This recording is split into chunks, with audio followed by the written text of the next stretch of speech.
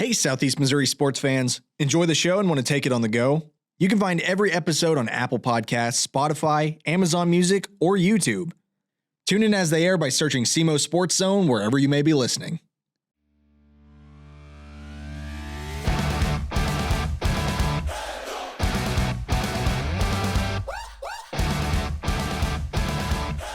Welcome to SEMO Sports Zone presented by A-Corp Sports. My name is Drew. I'm kind of sick right now.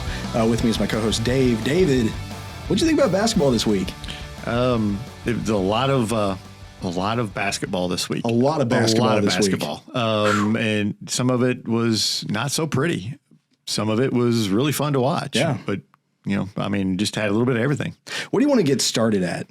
I think you have to start at the SEMO Conference tournament. I think that's, it's typically one of the premier tournaments in the area. And, you have typically a lot of your, larger school teams. And this year was no different.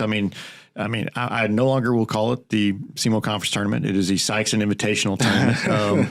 Back the way it used to be. They have dominated that tournament and continue to dominate that tournament. Even when they are supposedly down, they win that tournament. So it's 11 out of 20 years, I think, something like that. It was one of the weirdest, I feel like, SEMO conferences because everything just kept either, a major player for a major seed got hurt, and then that kind of mixed everything up again. But, Sykeston, they maintain consistency throughout. And then, hey, look at those Bearcats. Yeah, that was very surprising. First, getting that 4 seed ended up being just a great seed for them because, they were able to play Charleston, who they'd already played before. So, you had some familiarity there. You had that revenge factor going for you. They played pretty well against Charleston. And then they played Cape Central without, Deshandre Edwards, who obviously means a ton to that team because they are not a good basketball team without him. Yeah, I think at halftime for both of their games on that day 4 and day 5, they were at 11 points. Yeah, Dexter led 22-11. And that was just an awful basketball game to watch, just a struggle. And then Dexter, almost gave it up, and they should have probably won that game by 20 points. They did not play well. So going into that championship game against Sykeston, I'm thinking this is going to be a turbo clock. Yeah. We were texting back and forth. I wrote them off already. Yeah, this could be really, really ugly. But then Dexter just turned it on and played some of the best basketball I've seen Dexter play in a long time. And good for them. Sykeston just kind of turned it on. Markel Murray finally hit that on switch in the second half. And Dexter just has nobody that can match what he brings to the table. And he was a difference in that game. But, Dexter, I thought, outplayed Sykeston for 3 quarters. Yeah. I think, this is Dexter's biggest issue to me is, bench depth. And I feel like you start slowing down, start missing shots. You can't really keep up with Sykeston once they start getting going. And that's what happened. Yeah. Bench depth definitely showed. It's nice to see Carter Stone getting some minutes after his injury. He's finally cleared to play, but he hadn't been around much. Right. As far as, so they're just kind of easing him back into it. He ought to be full go at Christmas, and that'll be a big addition for them. Be somebody to really help them off the bench. Him and Anderson will give them a really good 7 deep, and then they've got the little guys who come in, Neely and Burnett, I believe. But Neely hit some shots, and there'll be guys that will help them as they go through the season. But right now, that bench is not very deep, and you can just tell. You play a tough game against Cape Central on Thursday night, have to come back on Friday, and you just don't have late in that game. They just didn't seem to have the legs that they had early in that game. How about Ibrahim? His transition from last year to this year, man, he's put the team on his back. Yeah, he has. He's really developed, and he's become a really nice player for them. Last year he had some struggles, but you could see the potential was there, and now you're starting to see some of that. He's able to score inside, has some really nice post moves. Seems to be becoming a team leader. Some situations happen, and he seems to be the one to talking to the younger players, and he's just a junior himself. So him and Geatley, I think those are 2 really good leaders of that basketball team. I think that I see Geatley a lot. Quarterback on the football team. He seems to be kind of the quarterback on the floor as well. So this is a good basketball team. And, as they play more and get out of that, get more into basketball mode, I think that this is a team that could win a lot of games this year. Definitely something I think to take note of, too, is just how many takeaways Dexter gets during a game. I was very surprised by that. Yeah, defensively, Coach Allen does a great job with his teams defensively. They play that 1-2-2 zone. They come out and they'll press you a little bit, but they're always in the passing lanes. He's got the team, he just drills that into them, and they force a lot of turnovers.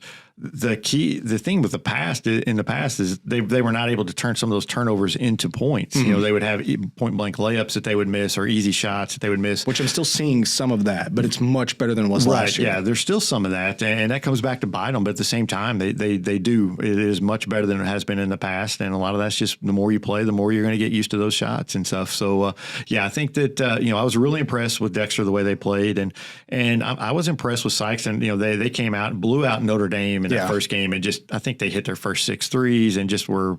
They shot lights out. They looked really good. Didn't look as good against Jackson, but they were still. Jackson's a good team. Jackson can kind of make you look that way. But then I didn't think they looked good at all early in that game against Dexter. I thought Dexter really kind of, were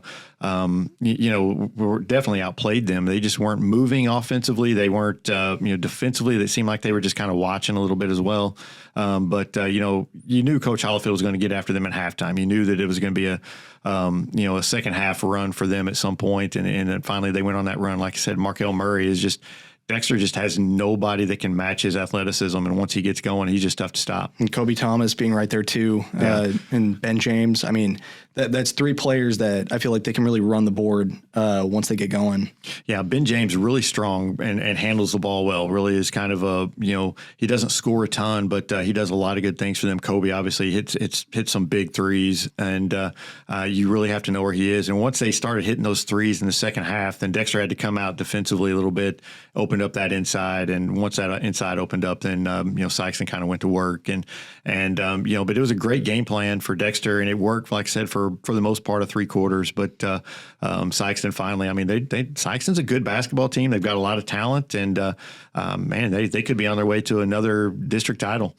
And then for some other games or just other teams in general too, Charleston was one that kind of raises some eyebrows to me, because I feel like if you're definitely a district opponent for them, watch those games and then kind of think about okay, how do we scheme this? Because they kind of seem pretty mortal right now.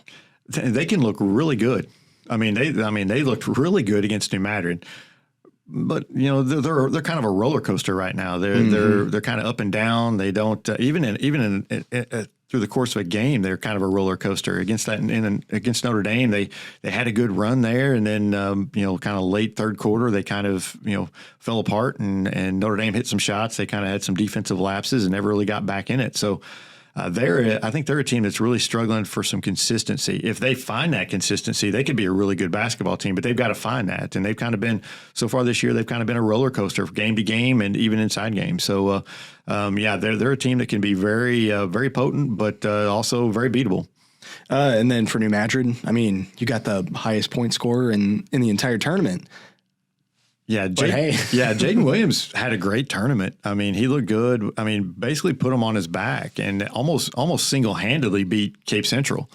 But they do have the turnover bug, and then against Charleston, I don't know what happened in that Charleston game. That was just I don't know if it was just hey, our 3rd game in 3 nights and we're just done, or we're tired or something, but they just did not look like they did the first 2 nights. But they really kind of struggled in that game. I thought they played pretty well against Cape Central, and like I said, almost pulled that out. But they did not look good against Charleston, and they're another team, young team, kind of up and down.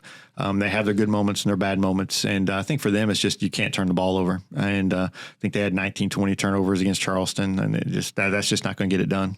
Any other games of note in this tournament? I thought Jackson, I like Jackson. They played Sykeston tough. They just weren't able to pull it out. They really struggled in that first game against Poplar Bluff. You could just tell that they just never really kind of got in the flow of that game.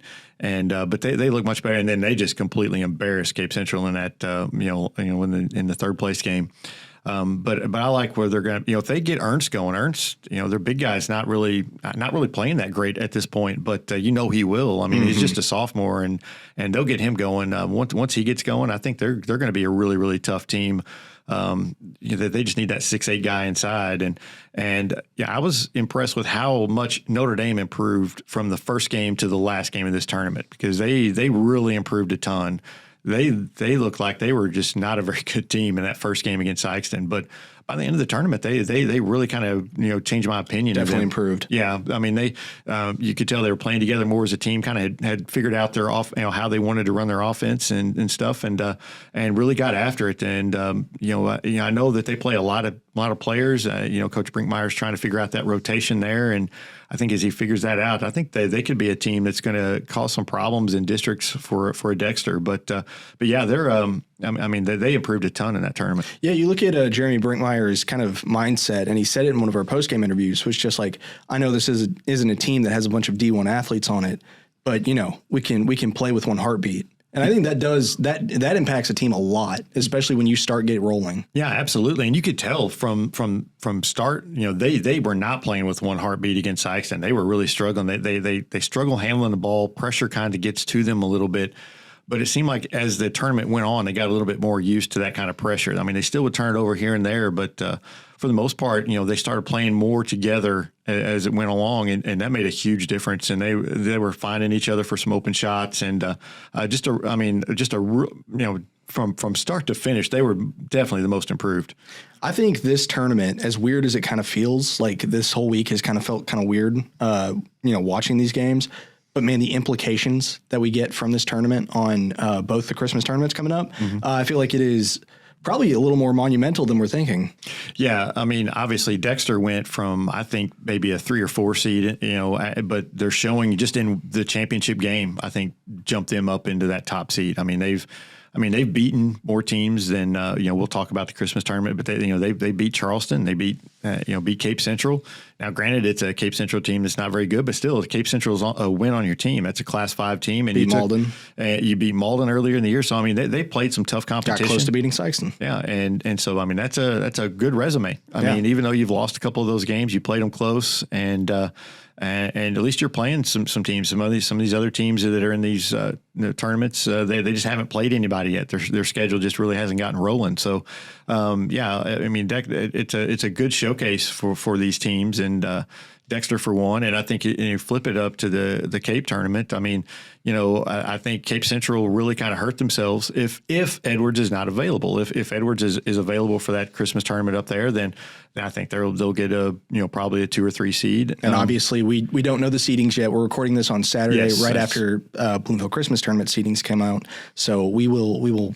By the time this episode comes out, we will already know the seeds for the Cape tournament too. Yeah, I'm glad you mentioned that, because that might make me look even worse. But they have not seeded that tournament yet. But I would think that impacted their seedings, and obviously Jackson and Notre Dame as well. I think Notre Dame, if they would have seeded that on Tuesday or Wednesday, that would have not been good for Notre Dame. But after having seen them go through that consolation bracket, well, that just bumps them up, and they should get a pretty good seed.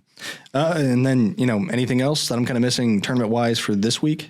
No, it was just a really nice tournament. At this point, we don't know who the all-tournament team is or the MVP of the tournament, but that's a pretty solid 10 guys. It's something we got to vote on, which I've never had the privilege to do that before, so it's very interesting. Yeah, we both had a vote into that, and hopefully, I'm sure by the time that this podcast comes out, that'll be released, on social media. But it was just a really cool thing. Rusty Hendricks does that. He does the radio for Notre Dame and does some ESPN work. Love his show. Yeah, just a fantastic. I've known Rusty for a while, and he does a great job. And I'm glad he did this, because it seemed like it should have been done a long time ago. And I'm glad he did that. And so it'll be interesting to see who the team MVP is, or the MVP of the tournament. Kobe Thomas, Markel Murray. I mean, that's a pretty good argument for either one of those two. So we'll see if it's one of those two. But yeah, thank you to Rusty for getting that going. Absolutely. And then regular season games, any of note that you can point out? Yeah, there was some decent regular season games this week. I mean, there was a big surprise. East Prairie knocked off Chaffee. That was, that kind of I thought that would have helped their seeding a little bit more in the Bloomfield Christmas tournament than it did. But it was maybe teams don't think Chaffee's as good. I mean, Chaffee's a good team, and East Prairie knocking them off, that was pretty impressive. Jay White hit a 3 there for the win. Really nice game. Chaffee only hit 4 of 13 from the free throw line. You got to get better from the free throw. And I've been seeing that a lot in these tournaments and stuff that we've seen the first few weeks. Teams just aren't shooting free throws well at all. Is it just rust early season? No, I think there's just no emphasis on it anymore. I mean, back whenever I was in school, I mean, you used to show up early in the morning and shoot free throws every day, and they used to chart them. And I mean, it was a big deal made about free throws. I don't know if that's such a big deal anymore with some of these teams, and and kids. Like I used to remember growing up, I used to sit out and shoot free throws, all day. But that was, there was guaranteed points. You go to the line, you can make these. You're not going to be guarded. I mean, but I think now everybody's out there shooting threes, and I think that's kind of changed the game a little bit. But I'm old, so whatever. Campbell with a nice win over Neelyville early in the week. Bell City with a big win over Advance. Advance is a tough out for anyone. I mean, they play tough. Puxico played them Friday night, and it was a lot tougher. There was a tough game, but I mean, Advance. They blew Advance out, but at the same time, Advance played them. I promise you that Puxico knows that they played Advance, because you're not going to come out of that game without knowing that you played a rough team. They get in, they're very physical. So there were some games there. Scott City finally played. That was, I know that some people said, well, you didn't put Scott City in your rankings. I'm like, well, I haven't seen them play. They hadn't played yet. I mean, I don't know. I know they're supposed to be good. They have some younger talent, but Scott City kind of took care of St. Pius 99-52. They took care of Oran on Friday night. So they've got a couple of nice wins there. They making themselves known. Yeah, they ought to get a pretty good seed in the Christmas tournament. And again, some of these teams are just now getting started. Hayti played Greenville for their very first game on Friday night. I think they play on Saturday after we record this, so we'll see how that works. But they were not that impressive as I think a 53-37 game or something. I expected Hayti to put up a ton of points, and they just weren't able to do that. So big game, South Pemiscot and Crothersville. South Pemiscot knocked off Crothersville on Friday night in a really nice game. Trailed on the road going into the fourth quarter, and South Pemiscot was able to pull it out. Carlisle had 19, Ty Campbell 18. I mean, South Pemiscot is a really good team. They're people aren't really kind of paying attention to them. I think in a lot of areas, but they're a nice team. They don't have much height, but they got some guys that can really score, and they don't seem to have a lot of the drama that at this time last year there was some drama with the Christmas tournament and stuff happened in Gideon. I mean, there was a lot of drama with them, and they never really seemed to build back up to what we thought they were going to be after all that stuff happened. Yeah, that was tough. I mean, we watched. We of course we kind of had them on the bubble of just like, okay, after tournament season they play Risco, we'll cover that game, and it just really wasn't that much of a game. It's weird when you get your hopes up for a team. Not saying that you shouldn't get your hopes up for teams. Obviously, go cheer for who you want to cheer for. For us in the media side of things is like, well, we'll hype up a team. They don't perform. Partially that's on us, because it's just like we can't really take a team and make them more than what they are. And for those kids, they're just playing the games. That's all they care about. Yeah, and like again, South Pemiscot, they just never really just seemed to click last year. It's just one of those things that just nothing.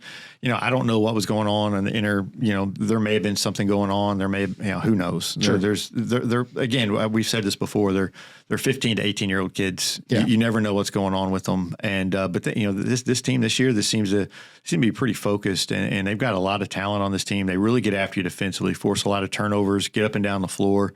They're fun to watch, and they're a team that I think could could have a say at the end of the year when it comes to district time. I mean, Crothersville, they're a team that's struggling right now to try to find a win. They're playing some teams close. Neelyville is the same way. Neelyville is a team that they're playing some teams pretty close, but they're just not. they're just not able to pull out some wins. But I think we said that about them last year too. Right. It's just they play a lot of, they're a younger team. They've got some talent. They play some teams close. They just can't pull out the win. I mean, sometimes that's just how it is. Sometimes you maintain that kind of middling spot and you want to break out of it, but at some point you got to perform in that stretch. Yeah, I mean, and they'll figure it out. Again, a younger team, they're a team that, with these younger guys, I feel like Dexter went through that. They lost a lot of close games last year. Now they're a little bit older. They're winning some of those close games. So, I think you just have to learn how to win. Another game that has kind of surprised me, Naylor and Cooter. I know, Naylor Cooter, but I went and watched. I was surprised by the score, and so I went and watched that game. And Naylor's better than I thought. They fell behind 18-6, but really pulled away there in the fourth quarter. Cooter got a little bit cold, and Naylor took advantage of it. Naylor's got a really nice player named Sam Rose. He's kind of a big lefty inside, big strong guy. Probably I don't know what size he is, maybe 6'3", 6'4", but he's a really nice kid, and he looked really good in that game. Okay, David, want to move on to top 10 power rankings? Sure. Oh, 12. 12, dandy dozen. It's going to change a lot from last week because now the teams are starting to play, and I'm also going to be a little more transparent than the awful bogus college football playoff committee does. Their ridiculous rankings that they try to justify. Yeah, your Notre Dame bias is showing a little bit. Yeah, well, Alabama, I'm sure Alabama's the ninth team. But anyway, so I'll go through my top 12 here. And do you want me to tell you the three teams that are just out of my top 12? Or do you want me to just go through my 12 and then tell you the first three out? You know what? Just to ruffle some feathers, go ahead and tell me. The first three teams that I have out, in no particular order, just the first three teams that I have out that are just looking in are Hayti, Bell City, and Leopold. Ooh. Yeah, I dropped Hayti all the way out. They played one game before I did this. Again, this is done on Saturday afternoon, so they have not played Saturday night. But I have them just out of my poll. So okay. They only beat Greenville 53-37. I mean, that's a shocking score. Sure. I did not get to watch the game. I do not know what happened, but just looking at that score, it surprised me. And they can easily get back into these rankings. They're going to have Sykeston on Tuesday, so we'll find out how good they are. My number 12 team, and this is probably going to ruffle some feathers, the Cape Central Tigers. All the way to 12. Yeah, I dropped them to 12. I really wanted them out of my top 12 altogether, but they have had some wins earlier in this year with Tashawn Edwards. With him not playing, I don't think they're a very good basketball team. And but I did give them a little weight just because they had some wins with him. But yeah, I dropped them all the way down to number 12. Jeez. Yeah. I mean, hey, Listen, I watched those SEMO Conference games. It's rough without Edwards. It is. I mean, they just can't find scoring, and it's a struggle. Now, they get him back, they're going to jump right back up this list. But yeah, right now, from what I see, I put them at 12. At 11, I put Scott City in there. I thought they played two games. They looked pretty impressive in those two games. I moved them up to 11. At number 10, I have Malden. I thought Malden had some good wins this week. They beat, I believe they beat Twin Rivers and they beat Campbell on Friday night. So that was some good wins for them. I have Charleston at number 9, after the SEMO Conference tournament, and right ahead of them, I have Notre Dame, which is, they weren't even, I really didn't even consider them for my poll last week. But like I said, they improved the most from start to finish of that tournament. And so now I have them at number 8. At number 7, I have South Pemiscot. We talked about them a little bit ago. Number 6, I have Bernie. I mean, they didn't play this week. They just kind of sit pat, but they have a chance to, they play Woodland this week coming up, and that'll be an interesting, and Bell City. So they have two games that can really kind of boost their resume. At number 5, I have Woodland. Again, Woodland's a very good team. They beat Leopold on Thursday or Friday night. That was a good win for them. Leopold's not a bad little team. 4, I have Jackson. Coming off of the SEMO Conference tournament, 3rd place. At number 3, I have Puxico, and again, they are just victims of their schedule. Mm-hmm. I mean, they look really good, but they just haven't posted that one win that's pretty impressive yet. They'll have that opportunity coming up. I mean, they won't. They have a chance to really vault up here. At number 2, I have Dexter finishing second to Sykeston and in the SEMO Conference tournament. And so number 1, I have Sykeston. So Dexter, I mean, they made that big jump. They're up to number 2, but they've got a really tough schedule coming up this week. They've got Richland, Jackson, and Woodland. So we'll see if they're able to hang on to that 2 spot at this time next week. I mean, it's a determination of, was this game against Sykeston kind of a flash in the pan, or was it what you're going to be seeing throughout the season? Exactly. Yeah. And can Dexter put these games together back to back to back? And so we'll see. And again, this is a week to week poll. I mean, I don't, I just kind of go from scratch each week. So unlike the bogus college football poll, I'm not taking it, week to week. If just because you're ranked 6 this week doesn't mean you're going to be ranked 6 next week. Sure. I get that. So.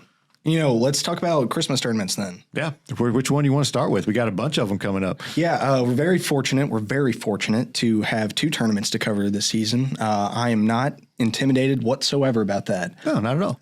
Let's talk about Cape first, because I feel like that's going to be, it's fresh in our minds. It's new. We just had a whole show about Bloomfield. So now we can talk about Cape. Obviously, when this episode comes out, seating is going to be out. So whatever we talk about might be bogus. Yeah. I will tell you that I think Jackson gets a top seed up there. We kind of talked on our Bloomfield Christmas tournament show for just a little bit about what we thought would happen to Cape Central. And Bobby Alford thinks that Cape Central, we'll have probably a 2 ranking, maybe a 3 or 2 seed, or maybe a 3. I think they fall. I think now, to talk about maybe a hot take opinion, because some people are like big school bias. I think if Cape does get that 2-3 seed, I think that is a little big school bias right there. Yeah, in my personal opinion, and again, this is coming out before the seeds come out, I think Woodland is that 3 seed. I think that, 2 seed.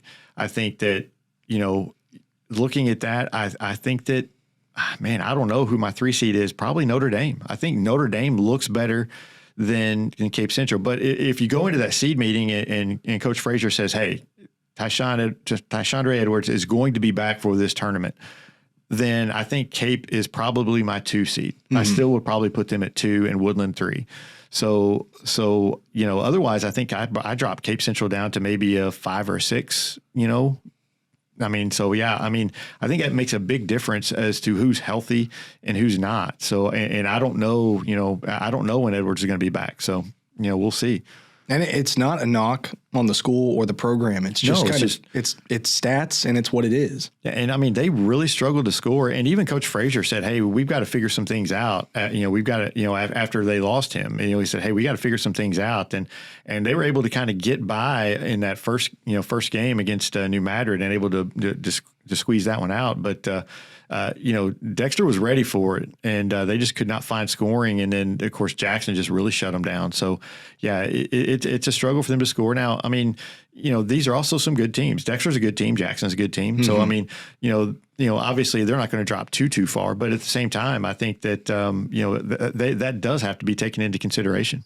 Otherwise, what other teams are you looking at? I think this is a tournament this year where some of these smaller schools could knock off some of these bigger schools. They are not, Charleston, Notre Dame, they are not without some faults and not without some chances to get knocked off. Scott City is a team that I think could play into it. Woodland almost right now is my team. I think they're going to be in the finals and have a really good chance to win it. I think if you have a finals of Woodland Jackson, Woodland's a good team, and I think that would be a really nice matchup, and that would be a Show Me Center that would be just packed with a lot of people wanting Woodland to win that game. It's an exciting time. We talk about kind of BCT very top heavy. I feel like this one's a little more open. Yeah. I think last year we were talking about how the Bloomfield Christmas tournament was more, seemed to be more competitive and have a lot of teams, and the Christmas tournament wasn't so much. I think this year's kind of flip flopped, and let's not forget Bell City, Delta, Leopold. Those are some Class 1 schools that they're going to have something to say about this too. They're teams that are very good this year as well, and they're teams that can make some noise in this tournament and pull some upsets. Don't forget about Advance is they could pull an upset. So I think that tournament is one that you might see a lot more upsets than what you're going to see in the Bloomfield Christmas tournament. Sure. Want to talk about BCT now? Yeah, let's do it. Dexter got that top seed. Yeah, that was going to be kind of the talking point, especially that final night of SEMO Conference. Even before then, we kind of talked about just like how much noise can Dexter make? Can they earn that top spot? And they did. And yeah, it's one of those games where look, if Dexter plays Sykeston close or wins it, then they're going to get that top seed. I just thought because again, your resume that's good to have on your resume. Puxico has not played Sykeston yet. They will play them here in a couple of weeks, but they just haven't played them yet. And so it's not necessarily a knock on Puxico, but in the same sense, it kind of is like, hey, your resume just doesn't stack up to what Dexter's does. Doesn't mean that Puxico's not the better team. Yeah, it's just right now they just haven't shown what Dexter's shown. It's not an issue of you don't. It's an issue of not yet. Right. Yeah. And we're not saying that Puxico plays a weak schedule. I mean, early they've not played a lot of strong teams, but they will play some good teams as the season goes on. We're not knocking their schedule. We're not, calm down, Puxico. I don't want to get anybody from Puxico riled up this early in the season. But at the same time, Dexter's kind of proven it. And look, if you're Puxico, you just kind of use that as motivation, like we should have been. Sure. We should have been the one seed. We use it as motivation. If you're Dexter, here's an interesting fact that if they, they've been prior to this, they'd been the top seed eight times in this tournament. 8 times they've won it. I mean, it's all 8 times. So can they go 9 for 9? That's kind of an interesting fact that could and it also.